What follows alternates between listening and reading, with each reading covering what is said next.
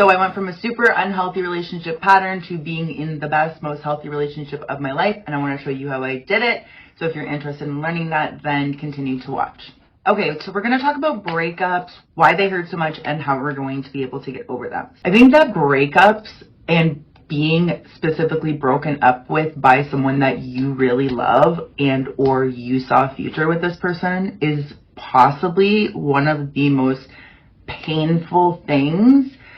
I mean, I can name a few painful things like losing a child or something like that. One of the most common things that I think almost everyone's going to experience in life that's going to be extremely, extremely painful for the most part for most people, especially deeply feeling people, which I assume you may be, or else you wouldn't even be watching this video. Breakups are physically painful, and I don't think people speak very much about how physically painful a breakup is. Like, when I'm going through a breakup, or did in the past, I'm literally like, I have no appetite. I'm physically sick to my stomach.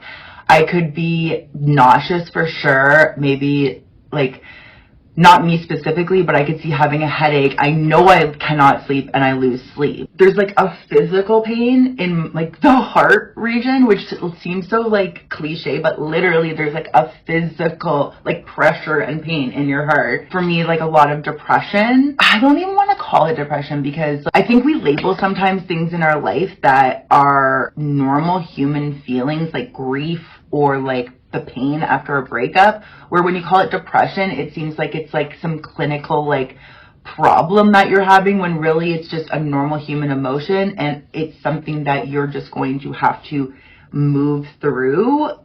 I recommend like touching the pain rather than just kind of ignoring it and trying to barrel through, or else you're not fully going to heal. Depending on the situation and how you broke up, even if you are the one that broke up with the person, you're still going to go through a lot of those feelings. But depending on how you broke up, there may be like a feeling of shock, surprise, like self-doubt. You know, how did I not see this coming? Or you thought there was a future with this person and it's no longer the case, and you're really like doubting like what you believe this relationship to be, and also yourself. You know, am I worthy? Am I ever gonna find anyone else? Am I too old? Am I too fat? Am I too this? Am I too that? Like, I'm never gonna find anyone better. That's a big one. People think that they're never gonna find anyone better. And my question to that always is, if you didn't find someone better, would you be happy? So meaning, like, let's say they are the best that you're ever gonna get. That doesn't mean that may mean that you just shouldn't be with anyone, rather than settling for that person, depending on the situation specifically. So if the one thing that you're focusing on is like you're never going to get anyone better, focus on healing yourself in the meantime, and you will be guaranteed to get someone better. Trust me, you will. I swear to God, you will. So I actually think that breakups can cause people to like change forever, especially guys. So I personally think that when a guy goes through their first heartbreak, they change. So it's often in high school where like their first love or whatever breaks up with them in like grade 11 or whatever, and they're just like this, it's just their entire reality seems to change. And I don't know specifically why that is. I think it might have something to do with the fact that I watched this TikTok that was saying that like guys feel less often, but when they do feel, they feel like super, super, super, super deeply. So we as girls are used to having like all these like emotions flooding in, like, or maybe not females exclusively, like deeply feeling people, I should say, have all these like emotions flooding in constantly, and like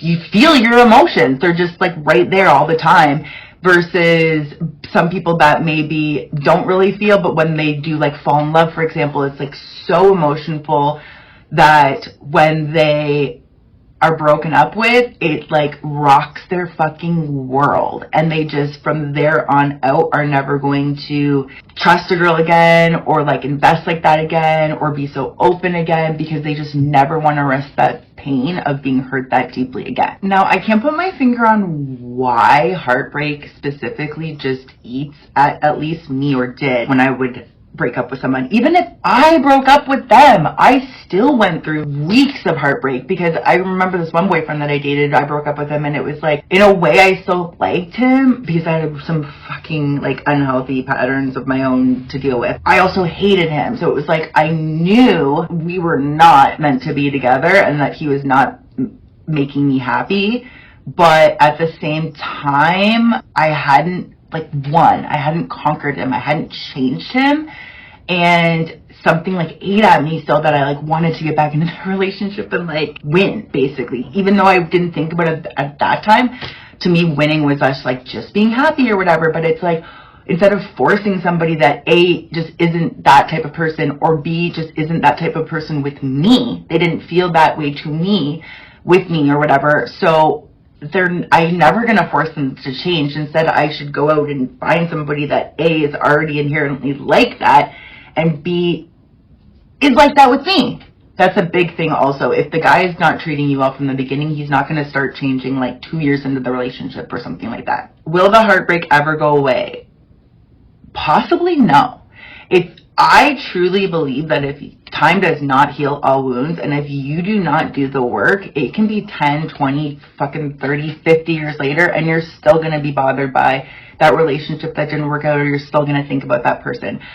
Just because you get married and have kids and stuff doesn't mean that relationship isn't going to still be niggling you in the back of your mind if you do not do the work and try to do the healing and some of the techniques and tips I'm going to give you further on in this video. Okay, so let's talk about how to get over a breakup. So now that we've discussed some common feelings, that you're not alone and that you're not making a bigger deal of this than this is, there's a reason why literally like half the songs that you listen to on the radio are about fucking heartbreak, because it affects us as human beings. So like, you're not alone. It's painful, it sucks, but there are some things that we can do. We can do the work, we can do the healing. Boom. So here's some unhealthy things that a lot of people do when they're trying to get over a breakup. Okay, so a lot of people will go out drinking, drink too much, hook up with random people, date a bunch of people, call that person that like you don't really like, that has been texting you or whatever, asking you out and you haven't really gone for it, and be like, yeah, let's hang out because it makes you feel better. Talking a lot of shit about the person, probably true or not true. Posting personal shit on social media, stalking the person on social media, or the new person they're dating, or like following their stories obsessively, or like see what they're doing all the time. These are all things that are common, so I'm not hating if you've made these mistakes, but not healthy. So let's talk about some healthy things that we can do. So right off the bat, cry your little heart out. Just let it happen. Just let it all out.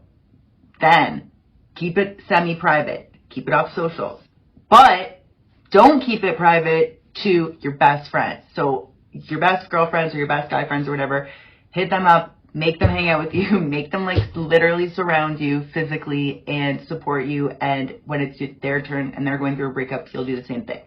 Listen to music. Listen to like your favorite music about breakups, and just like, I feel like there's a lot of healing in community and feeling like you're not alone, and like someone else has felt this pain and been in this situation, and possibly even a worse situation than you have, and that they got through it or whatever. So listen to that music, listen to that heartbreak song, and like cry it out. Okay, so you guys have just broken up. Either you broke up with them or they broke up with you. It almost doesn't matter in this situation. Here's some immediate things that you're gonna have to do. 1, block them, and then somehow delete the number. If you have the number saved in your brain, try to delete it somehow. But like, basically try to make it so that you cannot text them. Blocking them on social media, or doing whatever you have to do on social media so that it's not super easy for you to just like click and see everything that they're doing, because that's going to just like, it's just opening this like crevice where just like negativity can get in and like eat at your brain and stuff. So you just want to make sure that you are not allowing those moments. It's almost like getting like over drugs. So like, when you're having like a moment of weakness, you want to make sure that like your dealer's like number isn't in your phone, because then you'll like automatically call them, I guess is what I'm trying to say. So like you want to put like hurdles in front of you so that you're not going to be able to just automatically get a hold of them, call them, or like have access to information that's going to make you feel worse when you're having a weak moment. Try to remember why you broke up in these moments. So say to yourself, okay, so if you broke up with them, remember why you broke up with them, the negative reasons. And if you didn't break up with them, then start focusing on some negative things about them. Because I'll tell you, one of the worst negative things about this person is that they dumped you.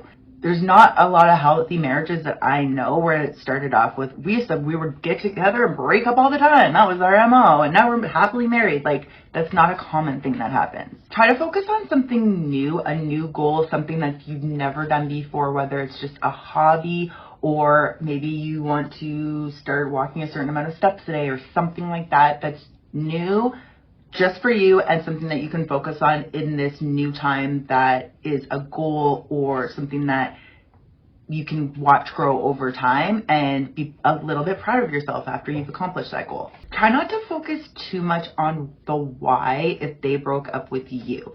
This can be a never-ending rabbit hole of like devastation that your brain goes into if you start analyzing why, because the truth is the why doesn't really matter. If they authentically don't like something that's authentic about you, then they're not the one.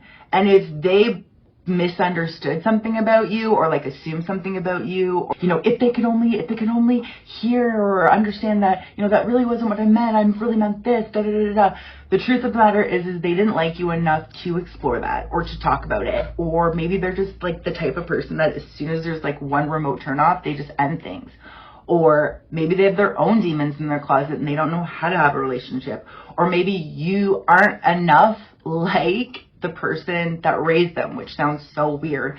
If you meet a guy and he had a really unhealthy experience at home with his mom, for example, let's say that she was an alcoholic, he genuinely might not like you because you don't have enough issues. You're not an alcoholic, or you don't give him that like type of negative love that his mother gave him. The way that you're raised is like the way you're taught, like one of your very first like embedded thoughts and feelings about what love is, how love feels, how relationships are, how the interactions are, how when my mom does such and such, that means such and such. And it's like, unless you really realize, most people don't even like realize that like their dynamic may be different than other people's dynamics. And then if they do realize it, they often won't analyze it.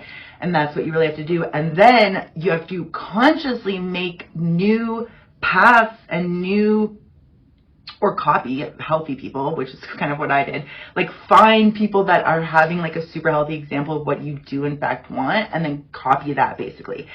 Self-help books. I love myself a self-help book. So I really like Dr. Phil books because he's common sense, frank, to the point, and like basically if you want to fuck around, but like you're gonna fuck around knowing the facts, knowing the truth. And if you want to lie to yourself, you can't do that anymore. And I find that like that's when change happens in your life. That's when you're going to really like have the momentum and the change that you want, when you start being honest with yourself about the mistakes that you're making or things that you're doing that are bringing the situation to a repeating itself over and over again, or why you know, are even attracted to a certain type of person that treats you like shit.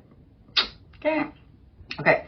So I'd also recommend to go to counseling. I love myself a counselor. If you've never been to counseling, like, it's going to change your life if you have the right connection. I've had some amazing counselors that have literally changed my life, brought me such perspective and insight, and just like, it's life-changing, it's amazing, and the unexamined life is not worth living.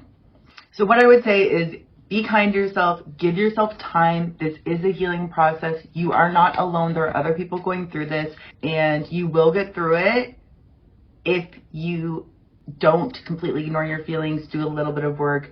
Be kind to yourself, okay? Be very kind to yourself. You are a human being. You are a gentle soul. Just let those feelings out and then try to bring in some sort of positive new information would be my advice in this situation. So thank you guys so much for watching. I'm Sam Landers. Thank you so much for watching. And if you want to see more relationship videos, then click the link to the side or below or like one of these links. All right, thanks.